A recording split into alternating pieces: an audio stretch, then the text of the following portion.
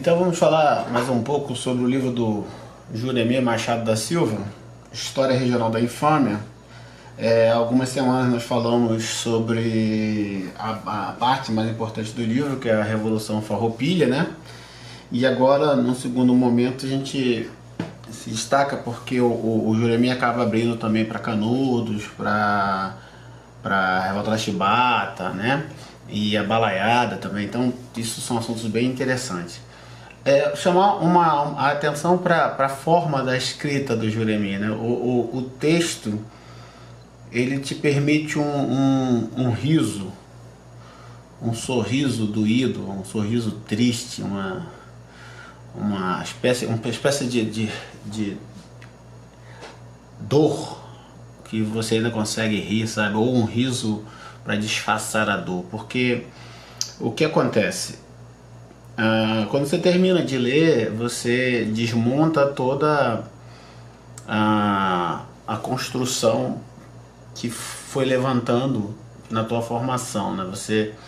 É muito interessante pensar por que os historiadores são tão odiados no Brasil, né? Principalmente aqueles historiadores cuja escrita não está vendida, né? Não tá, porque assim, o Juremir apresenta vários historiadores que construíram o mito da Revolução Farroupilha, né?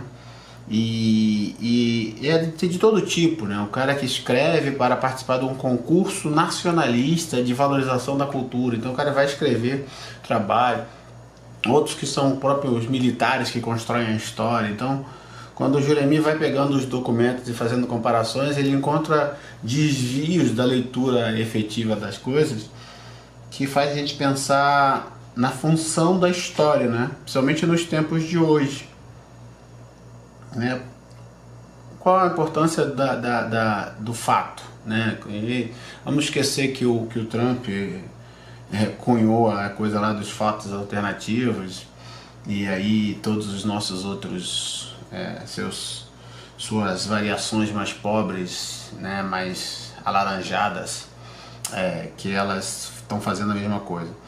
Qual é a função do historiador, né? O historiador acaba virando o que é isso? Depois de um livro como esse do Juremir, escrito em 2010, que tinha toda a documentação disponível, e como a gente continua comemorando a Semana Farroupilha? O que é isso? O que ela virou, né? Como alguém consegue fingir que não está ali, né? E aí o historiador, ele vira uma espécie daquele ermitão apaixonado por guardar coisas que falam de fatos desagradáveis que não estão no interesse da mídia, não estão no interesse do mercado, não estão no interesse nem das novas gerações, né? E aí, quando se desenvolve um trabalho como esse, ele é aplaudido pela sua erudição, pelo seu trabalho sério, pela sua pesquisa, mas ele atua muito pouco ou nada na construção da atualidade. Então isso faz pensar muito então a gente vai pensar na função dessa história, né? Que ela está vilipendiada, né? Vilipendiada. É óbvio que nós não estamos pensando numa história isenta, né? Não é isso. Mas é como você descaradamente lê algo que não está ali, né?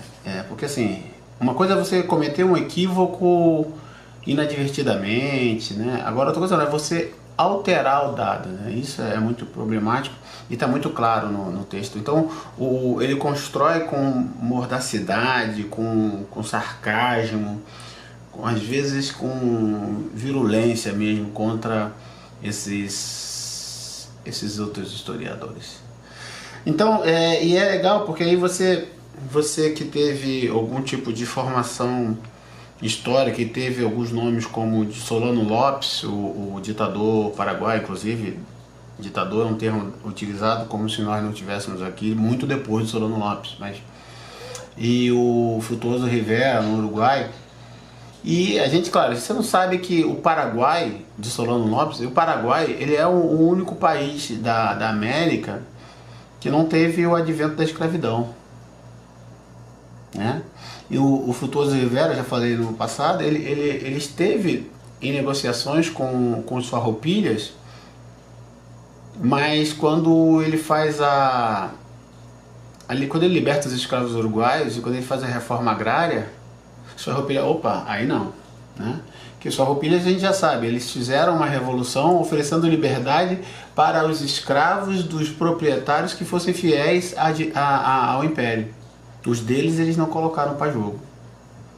Então assim, você começa a ver isso, fica um pouco pesado ler história, né? É quase como ver o noticiário, né? Assim, você entende por que muita gente não lê história e por que quem lê história hoje é meio diminuído, né? Eu tenho um amigo que é oficial do Exército e ele fez história, né? Estudou história. Então quando ele vai se posicionar perante os companheiros, eles dizem, pô, mas você não serve, né? Você estudou história, né? Ou seja, o que deveria ser um mecanismo de valorização dele virou algo contra ele, né? E então a gente tem uma coisa muito legal também, nessa outra parte ainda, falando dos farroupilhas, é que o que aconteceu com os escravos que seriam libertos por terem lutados bravamente, né? Os lanceiros negros entregues por o belíssimo general, botem muita ironia nisso, o belíssimo general Canabarro, entregue para ser morto pelo Mourinque, né? Lá na batalha de... A gente já falou como é que é o nome dela, Porongos, né? E o que aconteceu? Então eles foram enviados para o Rio de Janeiro e ficaram no arsenal da Marinha e servindo nos quartéis. O local onde os escravos que tinham lutado por um ideal, o seu ideal de liberdade, ficavam,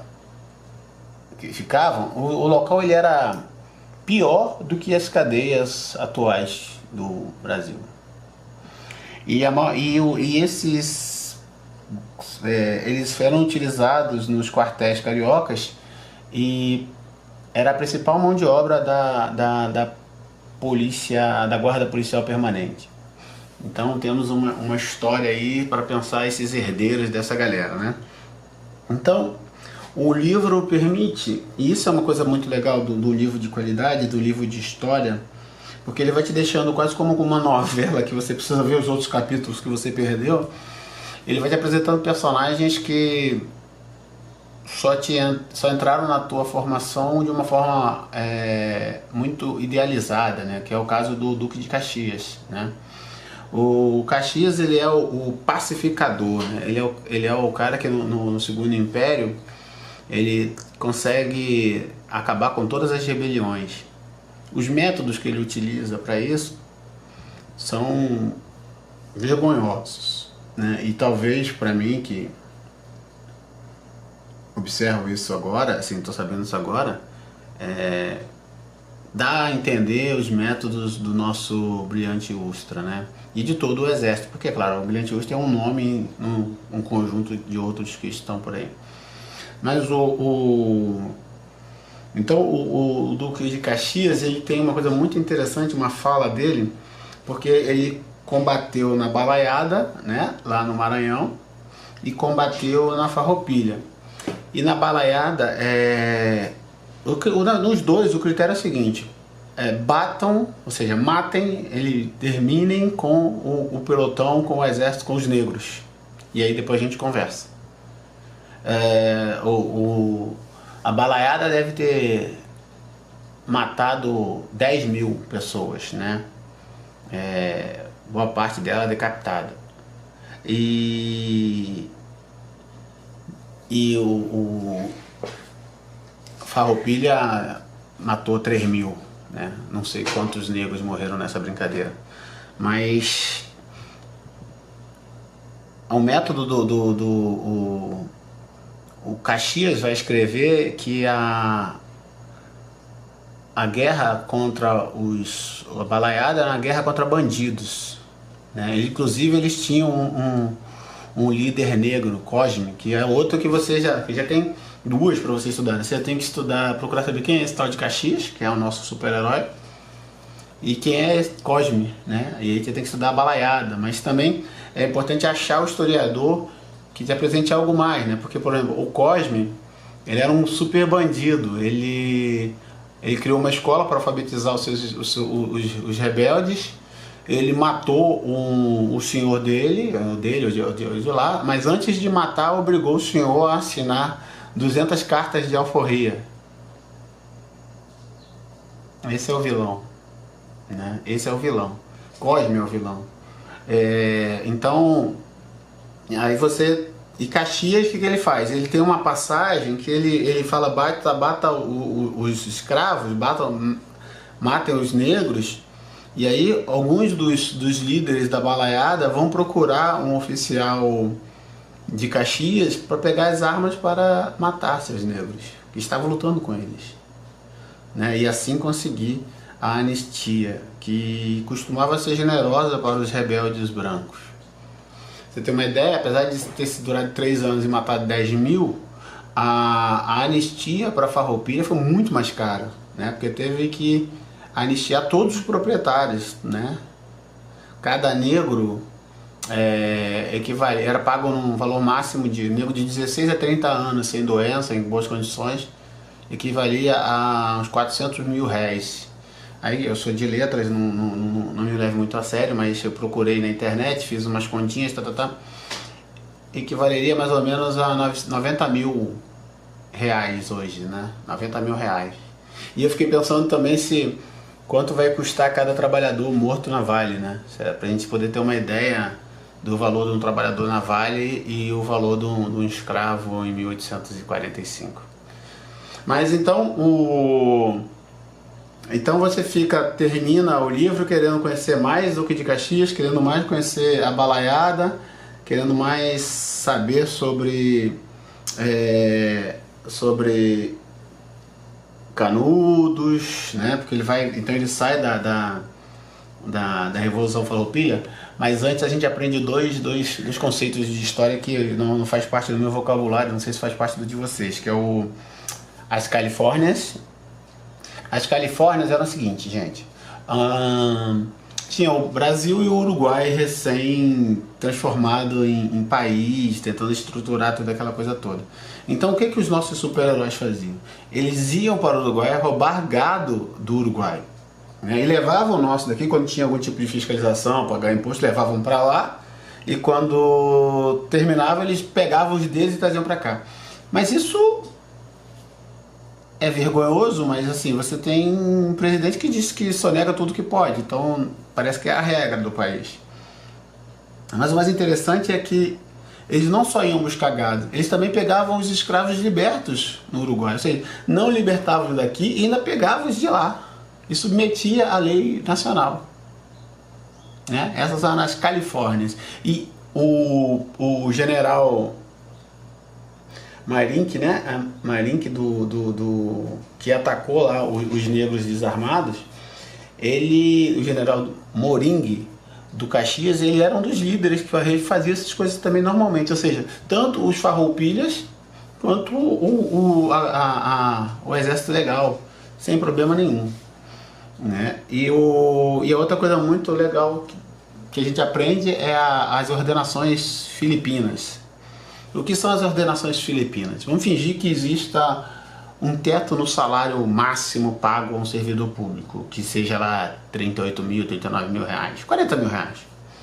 Então, as ordenações filipinas são modos de fazer com que essa lei não pegue. Então você inventa alguma outra coisa do tipo, sei lá, vamos pensar auxílio terno, né? Auxílio moradia, auxílio educação, auxílio almoço, auxílio gasolina, né? E aí você oferece uma forma que o cara sai ganhando 80, 90 mil por mês, fora hora extra e tudo isso, né?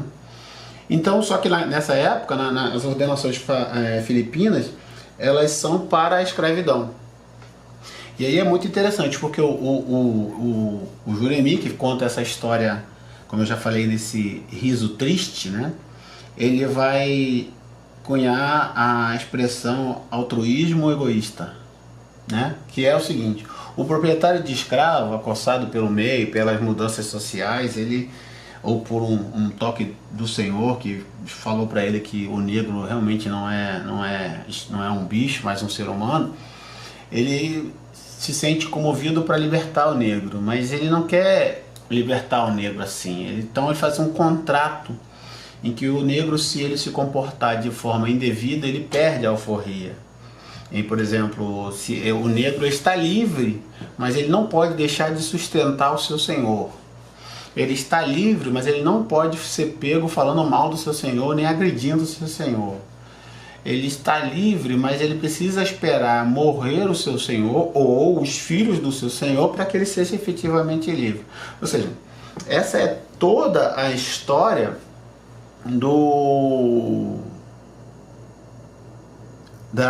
das ordenações filipinas, né? Ou seja, a gente já tem uma tradição. O Juremir vai dizer que o jeitinho brasileiro, ele não é criado da noite para o dia, ele respeita uma história, né? E aí, nas últimas partes, um pouco menor, evidentemente, o livro quando é um livro sério, né, para você desmontar as leituras equivocadas, e vamos botar equivocadas entre aspas, de alguns historiadores, ele tem uma referência bibliográfica gigantesca, e ele vai dedicar as últimas páginas, com poucas páginas, porque acho que não era esse o foco, a Canudos, a João Cândido, né? E aí você vai ter uma avaliação muito crua do Euclides da Cunha, né? O Euclides da Cunha, a gente sabe, era militar, genro de militar. O sogro do Euclides da Cunha é o responsável por enviar os 2 primeiros grupamentos que vão a Canudos. E aí é uma barbaridade só, né?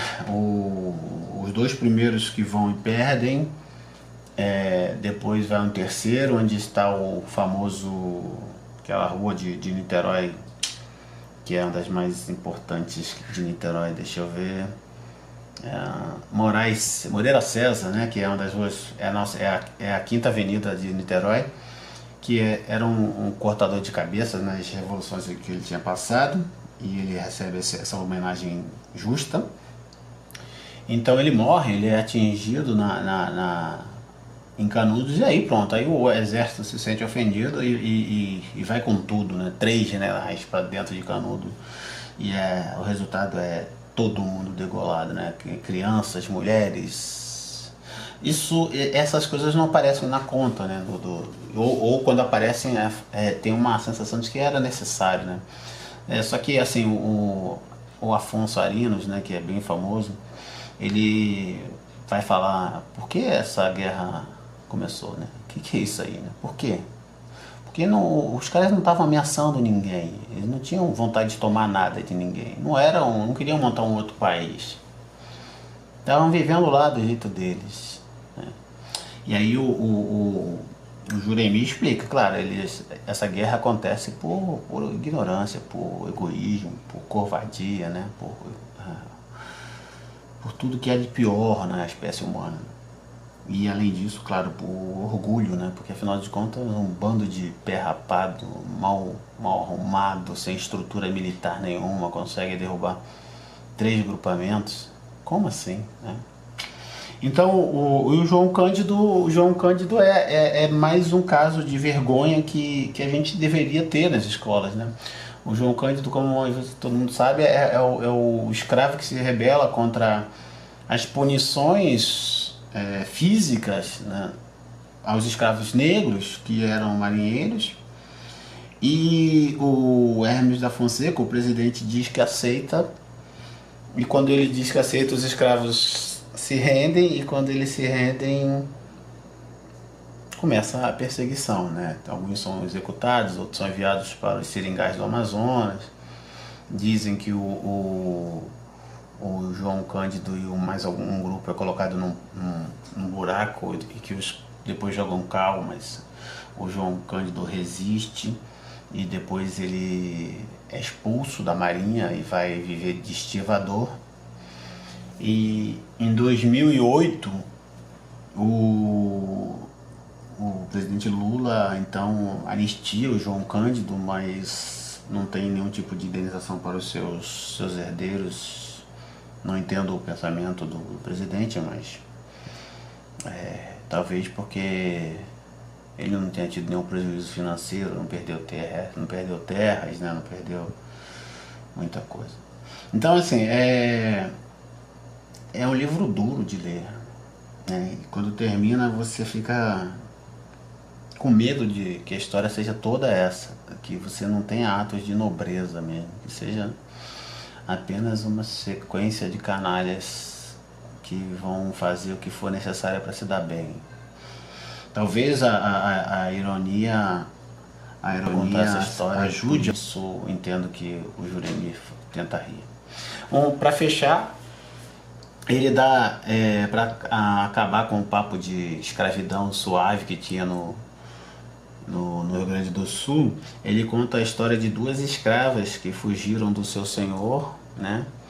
E o seu senhor se chamava Francisco da Luz, e alguma maldade minha, gostaria de saber como estão os descendentes desse senhor. Mas as escravas fogem dele e se matam, né? Elas se matam afogadas. Mas antes de é uma mulata e uma negra, mas antes de se matar, elas afogam as próprias filhas. Outra coisa interessante é que quando Bento Gonçalves é preso, o filho dele protesta porque a prisão não permitia nem o acompanhamento do seu escravo de guarda, de honra, né? E o escravo de honra estava muito triste por não poder estar com seu senhor na cadeia. É isso. A gente se vê. Tchau.